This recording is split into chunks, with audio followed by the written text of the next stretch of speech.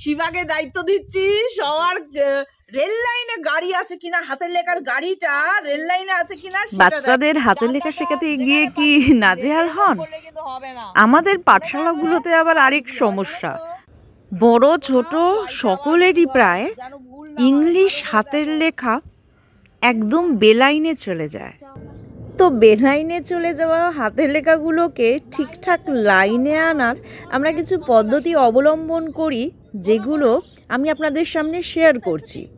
হ্যাঁ, একটা জিনিস কিন্তু মনে রাখবেন যে বাচ্চাদের প্রথম যখন আপনারা ইংলিশ হাতের লেখা শেখাচ্ছেন, এবং শুধু বাচ্চা কেন বড়দেরও সবসময় 4 লাইন খাতা কিন্তু ব্যবহার করবেন। এটা আমরা কিন্তু খুব স্ট্রিক্ট, আমরা আমাদের বাচ্চাদের প্রথম থেকেই 4 লাইন খাতায় শেখাই।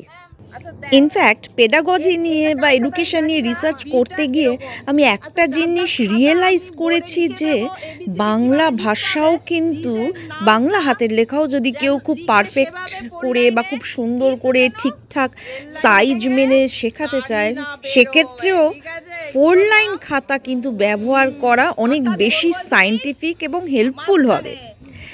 আবার শেখানোর সময় কিন্তু বাচ্চাদের বকাবকি করলে চলবে না, পারলে একটু ওদের মাঝে মজা ঠাট্টা আনন্দ ছড়িয়ে দিন, যেন বাচ্চাদের মনে হবে আপনি একটা বেশ ওদের চেনা পরিচিত কার্টুনের কোনো ক্যারেক্টার।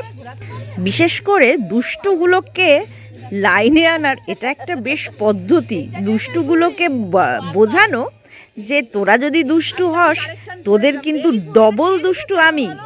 আর সেই দুষ্টুমি করতে করতে খেলার ছলে কখন যে আমার নিজের কাজটা হাসিল করে নিই বেটাগুলো বুঝতেই পারে না। তবে হ্যাঁ, আপনাদের উদ্দেশ্যে একটা কথা আমি বলতে চাই যে বাচ্চাদের কখনোই কিন্তু বকাঝকা করবেন না। আর যদিও বা বকাঝকা করেন তার মধ্যে যেন একটা, যেমন বন্ধুরা বন্ধুদের বকে না, সেই মিষ্টত্বটা যেন থাকে, সেই বকার মধ্যেও যেন একটা আপন করে নেওয়ার ব্যাপারটা থাকে।